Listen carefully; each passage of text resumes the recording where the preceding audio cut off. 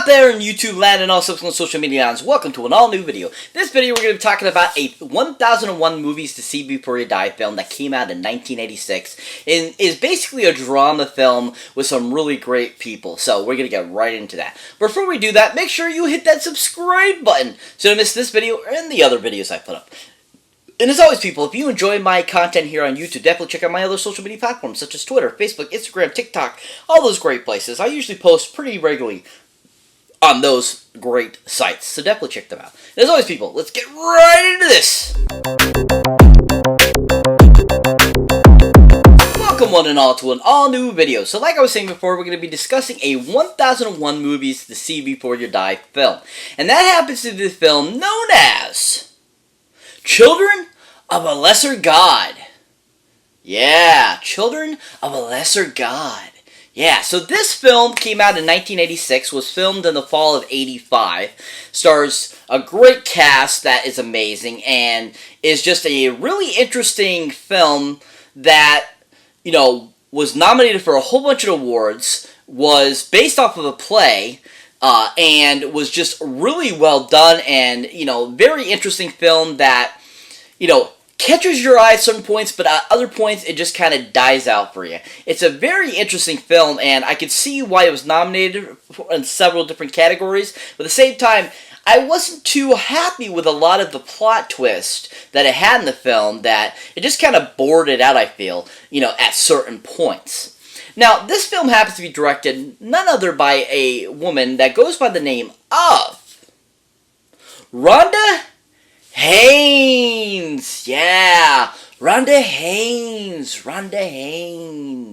Yeah, so Rhonda Haines is a huge director. She's done quite a few films over the years and is a really great, you know, director that has brought out a lot of great films and has just made a lot of great, you know, projects out there that are just really enjoyable and very entertaining. Now, another film that she directed, actually, besides Children of a Lesser God, that she was also another one that she got Academy Award nominations for, is a great film that came out a few years later, also starring the great John Hurt, called The Doctor. Yeah, The Doctor. Yeah, this movie, is such an amazing film.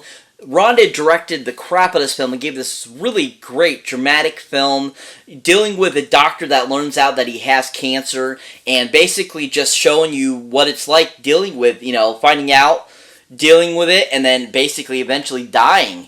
And just the whole aspects of what happens with somebody that, you know, has one of these incurable illnesses. And I thought Rhonda did a great job of bringing that to life and giving us really very, you know, accurate to life type of dealings with, and John Hurt did a great job, and everyone that was in the film just did a really superb performance of bringing this to life and showing, you know, this is no picnic and that, you know, it's such a horrible disease to deal with.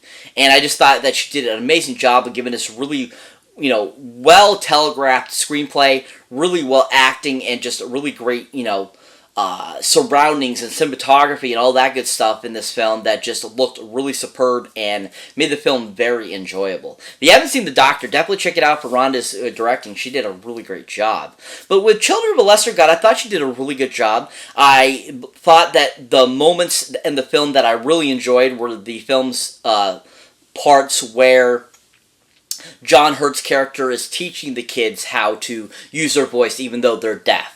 And I think those are some of the most prominent, like, parts of the film that are so enjoyable and really pulled me in. And I feel Rhonda did a really good job of bringing those to life and giving these really great teachable moment scenes. And just was really enjoyable. Overall, I think Rhonda did a really good job with the film. If you haven't seen Children of a Lesser God, definitely check it out. You can watch it on HBO Max. It's a really fantastically directed film by Rhonda, and I think Rhonda did a great job. If you haven't seen anything she's directed, definitely check this film out. So this film has a really great cast, and I just want to make a correction. Not John Hurt, but William Hurt is who's in this film and was also in The Doctor. And I always get those two mixed up because their last names are Hurt. But it is William Hurt that's in this film, just to clear that up. But anyways, this film has a really great, amazing cast. And just overall, they all did a really good job and brought this movie to life and gave us this really great rendition that is just really interesting, and overall was an okay film. So to start us off with this film is kind of one of the main actors himself, Mr. William Hurt. Oh yeah, William Hurt, woo, William Hurt, yeah. So of course you might recognize William Hurt from recent years as Thaddeus Ross, aka Mr. Thunderbolt himself. You might recognize him from the film The Doctor. You might recognize him from A Kiss of the Spider-Woman in '85. You might recognize him from other things. He was just a really great, prolific actor that unfortunately recently passed away, and he was just a really awesome actor, and I just think that he brought a lot of greatness to this film. Now, another film I really enjoyed him, and I think is one of my favorites of his, and a great performance by him. I know a lot of people are probably like, that's not really a performance, but I still think it's one of his better performances. And that, of course, is the great 2008 film called The Incredible Hulk. Yeah, absolutely love him as Thunderbolt Ross. I think he was amazing. I really enjoyed him in this film, and I thought he did a great job of bringing this character to life. We had gotten a couple years prior Sam Elliott as Thunderbolt Ross too as well, and I think he did a great job too, but I think that William Hurt really brought that to life and gave us a really great rendition of a person that is in his power and with his knowledge what they would actually do, and I think he really brought that to life and gave us a really profound performance of who Thaddeus Ross is, and I think he did a great job. If you haven't seen The Incredible Hulk, definitely check it out for Williams' performance. He was really fantastic in the film. But with his character in The Children of Less God, I really enjoyed him. I thought he did a fantastic job, and I totally agree that he deserved his Oscar nomination for this role. He was so superb. He was so great in every scene. And I just really enjoyed what he brought to the character and what he, made it very realistic of what it would be like being a, not deaf person, falling in love with a deaf person, having them deal with the different things that you have to deal with because they have that disability. And I thought William did a great job of bringing that to life and giving us this really great performance. I definitely think he deserved the Oscar that year. He was so fantastic. I mean, he won for Kiss of the Spider-Woman the year prior, and he just was so amazing in that too. And I just really enjoyed his performances, and I really enjoyed him. He actually is one of the reasons why I really enjoyed watching it and wanted to watch it is because of his performance. He was just really superb. If you haven't seen William Hurt in anything, definitely check him out in Children of Lesser God. I thought he did a really fantastic job in the film. So that brings me to the next person I like to talk about that was in the film. And that is none other than the main actress in the film herself that was at the time one of the youngest persons to be nominated for an Academy and also win an Academy. And that, of course, is Miss Marlee Matlin. Oh yeah, Marlee Matlin, woo, Marlee Matlin, yeah! Oh, Marlee Matlin, she is an interesting actress. I think she's good, but I don't think she's as great as a lot of people think she is. But for, the performance she gives and, for her disability being really deaf in real life, I think that she does a great job with that disability. And I think that overall she's just a really decent actress and that she does pretty good and is enjoyable in most things I've seen her in.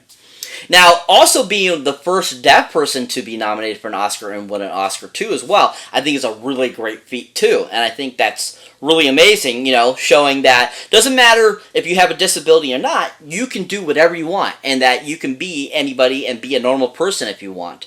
And I think that was a great teaching of this film, showing that you can do this even no matter what you might think a disability might keep you from doing, you can do it. And I think that's really fantastic.